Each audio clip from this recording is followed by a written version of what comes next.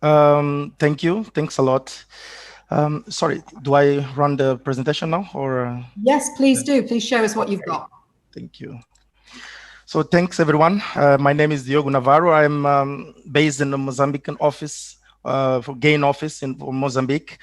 And I'm going to just give a brief presentation from our program. And I think I think it's a big thank you for everyone that is involved, either if it's from GAIN, either if it's from involved with our partners or not. So um, our aim is to assess and address the challenges that food system faces via established mechanism with low transaction costs and working with trusted partners to build powerful alliances. The focus of the program is to mitigate risk of economic collapse of food systems so that nutritious and safe foods remain available and sustainable. We have existing networks and partnerships with SMEs and policy stakeholders in all the 10 countries involved in this initiative.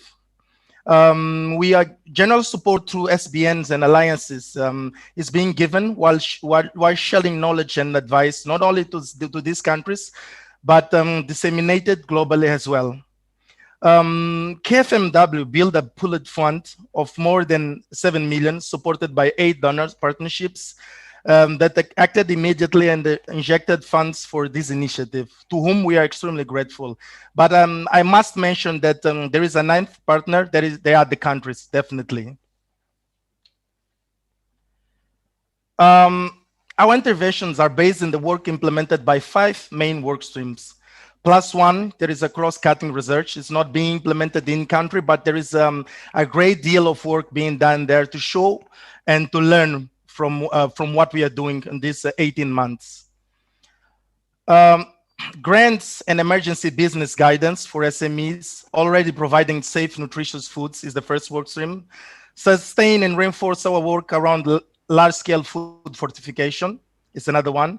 Help countries keep food markets infrastructure open, but safer for vendors, consumers, and market authorities, obviously. Providing workplace nutrition protection with grants and guidance for food system workers and their families. And for governments, we are providing advisory and practical support to help keep critical coordination mechanisms functioning and help food system keep working. And as I say, the last one, it's a cross-cutting research to support the initiative. Workstream one, our teams are working to understand the constraints and needs that SMEs that produces and market nutritious foods have, plus supporting their liquidity. But obviously, a relevant portion of the funds are being directed through as small grants to enable SMEs that are critical to supply nutritious and safe foods.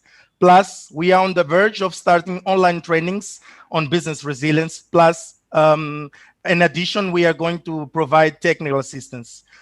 All trainings and support are designed to address the diverse needs of both male and female entrepreneurs. Large-scale food fortification.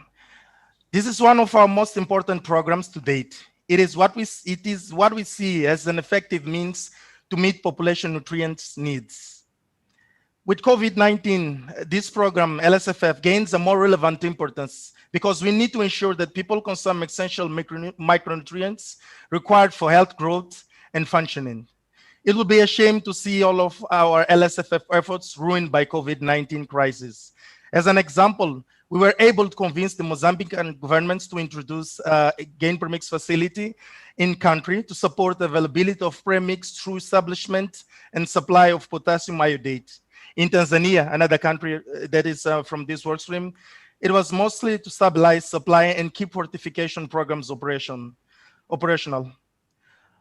Working with governments of Egypt and Pakistan, we expect to strain their fortification efforts. Although Pakistan, we are still starting our work there.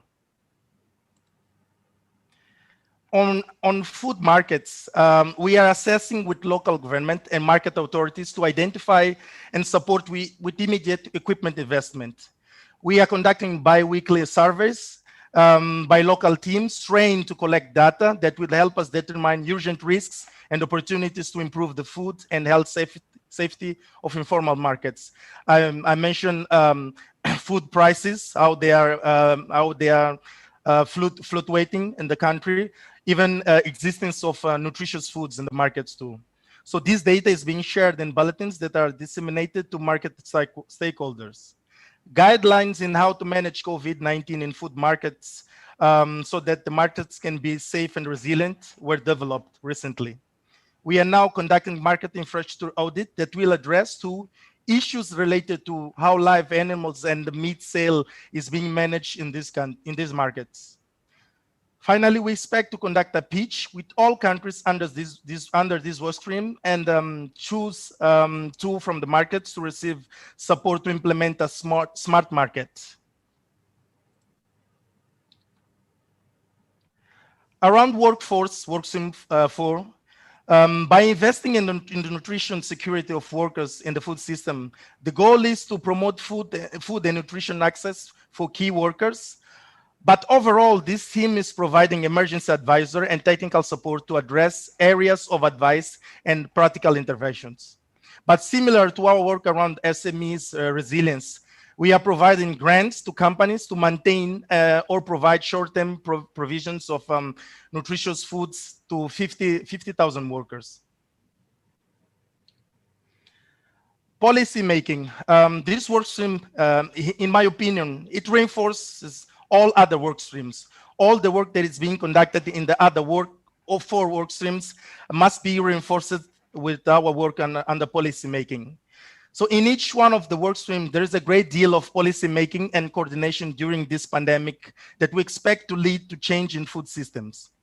We've hired 12 members to build an expert advisor panel to give direct support to local governments with their decision making regarding urgent needs in each country. So we want them to make decisions that are effective and efficient. So from these 12 members, 2 are from each country and 6 are global experts from food systems, private sector, public health, and gender too. The last work stream, cross-cutting research. As I must say that this initiative is being supported by 2 main components. One is the internal knowledge generation for the initiative that consists mainly in gathering evidence to answer research questions relevant to our